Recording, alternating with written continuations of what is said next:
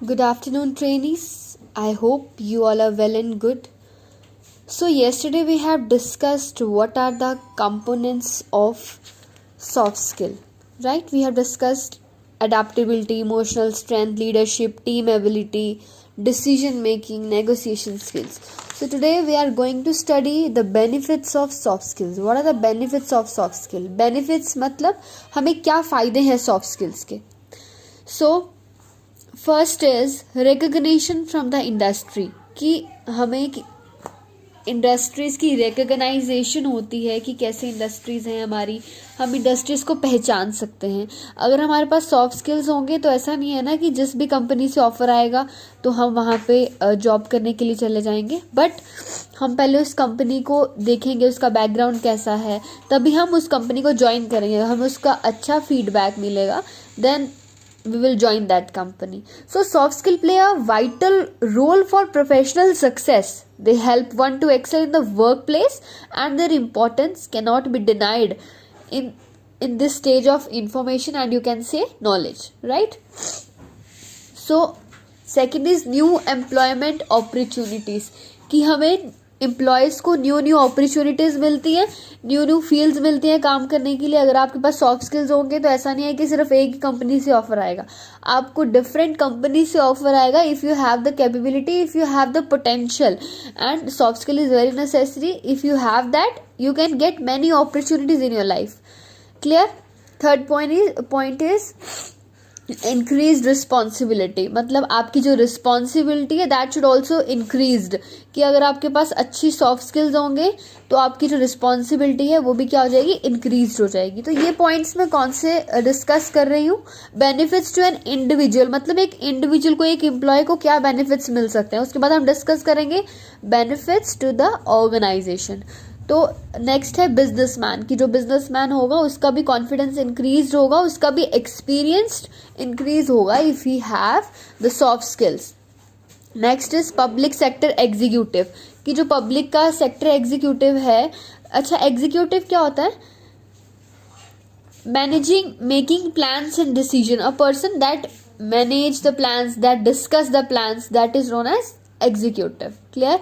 Life long credential, life long का credential मिल जाता है. क्रीडेंशियल का क्या मतलब है यहाँ पे?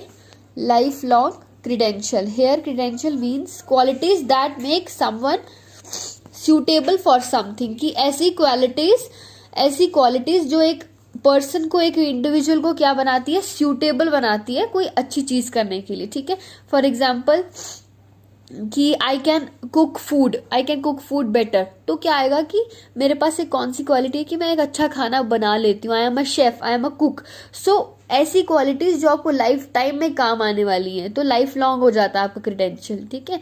फॉर एग्जाम्पल कि अगर आपने एक टाइम में सॉफ्ट स्किल सीख लिया तो आपको वो लाइफ लॉन्ग काम आएगा. ऐसा नहीं है ना कि आप भूल जाओगे उसको, तो लाइफ लॉन्ग उसका काम आने वाला है. Next is increased ability to perform on the job, कि इसमें आपकी एबिलिटी इंक्रीज होती है, आपका कॉन्फिडेंस, आपकी क्षमता, आपका जो पोटेंशियल है वो इंक्रीज हो जाता है जॉब को परफॉर्म करने के लिए. एक्साइटमेंट, इंथुसियाज्म आपके अंदर क्रिएट हो जाता है. तो that is your increased ability to perform on the job. Your excitement, your enthusiasm, your confidence build up because of the soft skills. Clear. Next is promotions and advanced opportunities, कि अगर आपके पास capability होगी तो आपके boss देखेंगे कि he can do anything, तो आपकी प्रमोशंस भी पॉसिबल है. यहाँ पे आपको एडवांस्ड अपॉर्चुनिटीज मिल सकती हैं जो आपने अभी सोची नहीं होंगी. तो अगर आपके पास अच्छी कैपेबिलिटी होगी, अच्छी सॉफ्ट स्किल्स होगी, अच्छी नॉलेज होगी, तो आपकी प्रमोशंस के भी चांसेस हैं एंड आपके एडवांस्ड अपॉर्चुनिटीज के भी चांसेस हैं. Clear. Now this is over. Benefits to an organisation, की पहले तो हमने पढ़ा कि what are the benefits to an individual, what benefits an individual can gain from the soft skills. Now will discuss benefits to the organisation, की benefits organisation को क्या मिलते हैं. ऑर्गेनाइजेशन हेयर मीन्स कंपनी को क्या बेनिफिट्स मिलेंगे अगर हर employ के पास सॉफ्ट स्किल होगा. Increased credibility with customers. What is the meaning of credibility here? Credibility means trustworthy. You can say trustworthy. Trustworthy का क्या मतलब होता है यहाँ पे कि विश्वास, कि आपका एक विश्वास, आपका एक ट्रस्ट क्रिएट हो जाता है किसके साथ, कस्टमर के साथ, ठीक है। कि अगर आपके पास सॉफ्ट स्किल होंगे, आप उससे अच्छे से बात करोगे पोलाइट नेचर से, तो एक ट्रस्ट क्रिएट हो जाता है किसके साथ, कस्टमर का, एम्प्लॉय के साथ, ठीक है, कंपनी के साथ। नेक्स्ट, इंक्रीज कस्टमर सेटिस्फेक्शन, कि आपके पास सॉफ्ट स्किल्स होंगे तो आप क्या करोगे, जो कस्टमर की सेटिस्फेक्शन है वो भी इंक्रीज हो जाएगी। कि फॉर एग्जांपल हम एक किसी शॉप की बात करते हैं कि एक शॉप से हमने जीन्स ली है, ठीक है, वी हैव बॉट जीन्स। तो जीन्स में क्या है कि बहुत अच्छी जीन्स निकली, वो बहुत पहनी हमने, बहुत अच्छी जीन्स निकली है, तो उसका स्टफ भी बहुत अच्छा था। तो और उस जो डील करने का बिजनेसमैन का, जो हमारा बिजनेसमैन है, उसका डील करने का जो बिहेवियर था वो बहुत अच्छा था। तो एक सेटिस्फेक्शन कस्टमर को मिल जाती है कि मैंने यहाँ से एक चीज़ ली है और वो बहुत अच्छी है और बहुत पसंद भी आई और ख़राब भी नहीं हुई, and that is a satisfaction. और वो उसको जो डील करने का तरीका है वो भी बहुत अच्छा है, that is your increase customer satisfaction. Next is more productive employ, की जो प्रोडक्शन जो है इंक्रीज होगी, किसकी, एम्प्लॉयज़ की जो प्रोडक्शन है इंक्रीज होगी। अगर आपकी अच्छे बेनिफिट्स होंगे सॉफ्ट स्किल्स के, तो आपकी कंपनी को बहुत ज़्यादा फ़ायदा है। तो बाहर से भी एम्प्लॉयज़ जो हैं वो आपकी कंपनी का बहुत अच्छा फीडबैक देखेंगे कि बहुत अच्छा फीडबैक है इस कंपनी का, तो I should join that company, ठीक है। If I get opportunity I surely join this company, that is your more productive employ. Next one is demonstrated dedication to customer service and support. Here what is the meaning of demonstration?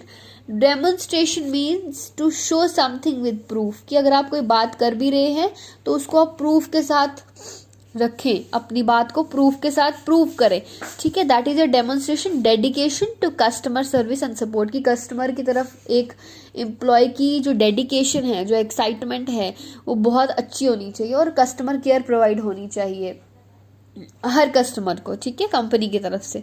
Now fifth one is measurable result and improvement, कि जो भी आप बातचीत कर रहे हैं, कि जो भी आपने अपना प्रोडक्ट सेल किया है कस्टमर को, वो जो उसका रिजल्ट आना चाहिए वो मेजरेबल होना चाहिए और इम्प्रूव्ड होना चाहिए। इट मीन्स कि वो रिजल्ट में आपको कुछ, जैसे for example he wants to give your marks, तो वो मतलब क्वांटेबल होना चाहिए, मेजरेबल होना चाहिए कि वो आपको मार्क्स दे सके, इस हिसाब से आपका प्रोडक्ट होना चाहिए।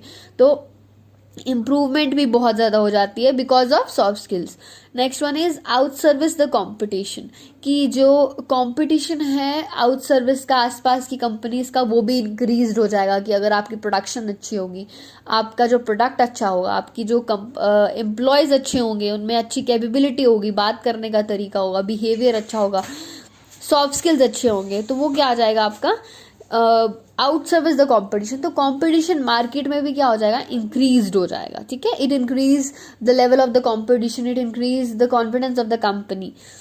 Last one is strong team leadership, की जो टीम लीडरशिप है वो भी स्ट्रॉन्ग रहेगी पूरी कंपनीज की, एक यूनिटी रहेगी, एक लीडरशिप क्वालिटी रहेगी पूरी कंपनी की तरफ से। और एक टीम, मतलब अगर टीम स्ट्रांग होगी तो कंपनी डेफिनेटली प्रोग्रेस करेगी, डेफिनेटली इंप्रूव करेगी।